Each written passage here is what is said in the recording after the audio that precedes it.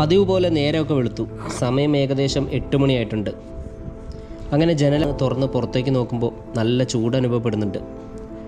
സാധാരണ വേനൽ വരുന്നതിലും 1 മാസം മുമ്പേ ഒമാനിൽ വേനൽ വന്നു തുടങ്ങി. ഉച്ച സമയത്ത് ഏകദേശം 45 ഡിഗ്രിയോളമൊക്കെ ഇവിടെ ചൂട് കൂടുന്നുണ്ട്. പൈപ്പിലെ വെള്ളത്തിനൊക്കെ നല്ല ചൂടാണ്. അങ്ങനെ കുളിയൊക്കെ കഴിഞ്ഞ് റെഡിയായി ഒന്ന് പുറത്തു പോവാണ്. അങ്ങനെ റെഡിയായി പുറത്തേക്ക് ഇറങ്ങി. രാവിലെ തന്നെ നല്ല ചൂടാണ് കേട്ടോ.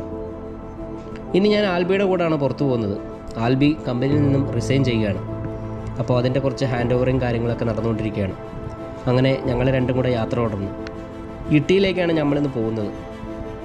പോകുന്ന വഴി ഒരു ചെറിയ ചായയൊക്കെ കുടിച്ചിങ്ങനെ വർത്താനെല്ലാം പറഞ്ഞു പോയി.